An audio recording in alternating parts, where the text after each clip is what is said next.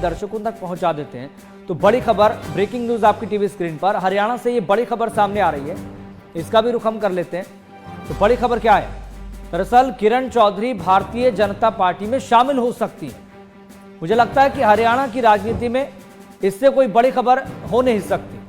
तो सूत्रों के हवाले से ये बड़ी खबर आपको बता रहे हैं, किरण चौधरी भारतीय जनता पार्टी में शामिल हो सकती हैं। एक बड़ा नाम है किरण चौधरी, और चूंकि टिकट के वितरण के मामले को लेकर वो सवाल खड़ा करती रही है कि टिकट का वितरण ठीक तरीके से नहीं हो पाया। तो हरियाणा की राजनीति में उनका प्रभुत्व है, वर्चस्व है, जाना माना चेहरा है और एक तरह से लेगेसी भी है। तो उन्होंने ये कहा था पार्टी को कि श्रुति चौधरी को टिकट मिलता तो पार्टी जीतती, लेकिन पार्टी को हार का सामना करना पड़ा। और बाकायदा ये तक बयान दिया गया था कि टिकट का वितरण सही तरीके से होता तो आज तस्वीर कुछ अलग होती। 10 की 10 लोकसभा सीटें हरियाणा की कांग्रेस जीतती। और चलिए इस खबर पर हमारे साथ जुड़ गए हैं हमारे पॉलिटिकल हेड चंद्रशेखर धरनी जी। चंद्रशेखर धरनी जी, भाई पिछले दिनों तो बयान भी सामने आया था किरण चौधरी का, कुमारी शैलजा का भी बयान सामने आया था, टिकट वितरण को लेकर सवाल खड़े किए थे कि टिकट वितरण सही से होता तो कांग्रेस 10 की 10 लोकसभा सीटें जीतती। लेकिन अब खबर ये सामने आ रही सूत्रों से कि किरण चौधरी बीजेपी में शामिल हो सकती हैं। बिल्कुल, देखिए ये खबर भले ही सूत्रों से आ रही हो, लेकिन सूत्रों ने पुष्टि भी कर दी है। और जो पब्लिसिटी एडवाइजर हैं हरियाणा के मुख्यमंत्री के तरुण भंडारी, उनसे मेरी बातचीत हुई है थोड़ी देर पहले। उन्होंने इस बात की पुष्टि कर दी है कि किरण चौधरी तथा उनकी बेटी कांग्रेस की कार्यकारी अध्यक्ष श्रुति चौधरी कल बुधवार को बीजेपी मुख्यालय दिल्ली के अंदर वो कांग्रेस का परित्याग कर रहे हैं तथा भाजपा में शामिल हो रहे हैं। यहाँ ये बताना उल्लेखनीय है कि तरुण भंडारी के माध्यम से बीजेपी में दर्जनों कांग्रेस के चेहरे शामिल हो चुके हैं। लगभग 60 बड़े चेहरे तो लोकसभा चुनावों के आसपास शामिल हुए थे।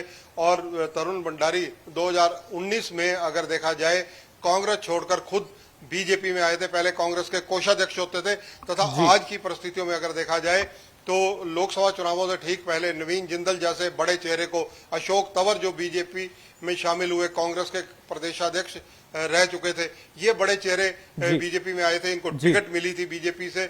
अशोक तंवर सिरसा से चुनाव लड़े, भले ही हार गए हों। नवीन जिंदल कुरुक्षेत्र से चुनाव लड़े और वहां से जीते। तरुण भंडारी ने जिस प्रकार से पूर्व मुख्यमंत्री व केंद्रीय मंत्री मनोहर लाल की निकटता सानिध्य को प्राप्त किया है, उससे साफ संकेत पता लगते हैं कि कांग्रेस के अंदर हुड्डा विरोधियों को बीजेपी में लाने का क्रम इनका लगातार जारी है। और कई हुड्डा समर्थकों को भी ये ऑलरेडी बीजेपी। चंद्रशेखर जी, आप कह रहे हैं कि ये खबर भले सूत्रों से हम दिखा रहे हैं, लेकिन ये खबर पुख्ता हो गई है। तरुण भंडारी जी से आपने बातचीत की है इस खबर को लेकर, लेकिन बड़ा पॉइंट ये है क्या किरण चौधरी कुछ पॉइंट बता रही है कि किस वजह से वो शामिल हो रही है बीजेपी में?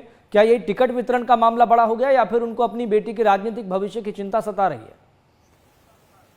देखिए, यहाँ राजनीतिक सवाल जो आपने पूछा है बिल्कुल जायज सवाल है, आपका वाजिब सवाल है। किरण चौधरी, अगर मैं थोड़ी पहले बैकग्राउंड बताऊंगा क्योंकि आपका सवाल इसलिए वाजिब है। जब हरियाणा विकास पार्टी का गठन चौधरी बंसी लाल, जो अब दुनिया में नहीं है, पूर्व मुख्यमंत्री रहे हैं, उन्होंने किया था तथा उनके बेटे सुरेंद्र सिंह ने किया था, यानी किरण चौधरी के पति ने। तो ये लोग कांग्रेस छोड़ गए थे, हरियाणा विकास पार्टी का इन्होंने गठन किया। किरण चौधरी तब भी कांग्रेस में रही थी, कांग्रेस में ये डिप्टी स्पीकर भी रही हैं दिल्ली विधानसभा की। उसके अलावा हरियाणा में अगर कहा जाए हुड्डा सरकार में कैबिनेट मंत्री रही हैं। और कांग्रेस सरकार जाने के बाद बीजेपी 2014 में आई तो ये कांग्रेस विधायक दल की नेता भी रही हैं।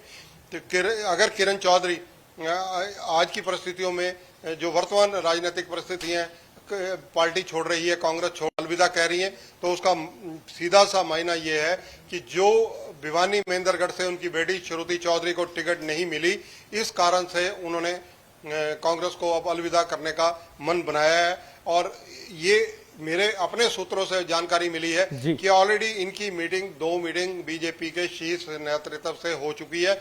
और उसमें भी मध्यस्थता तरुण भंडारी जो पब्लिसिटी एडवाइजर हैं उन्होंने किया, उनके माध्यम से ये मध्यस्थता हो चुकी है, बातचीत हो चुकी है। और बीजेपी मुख्यालय दिल्ली के अंदर जब पार्टी में शामिल होंगी तो बीजेपी में शामिल होंगी, कांग्रेस को अलविदा करेंगी, तो निसंदेह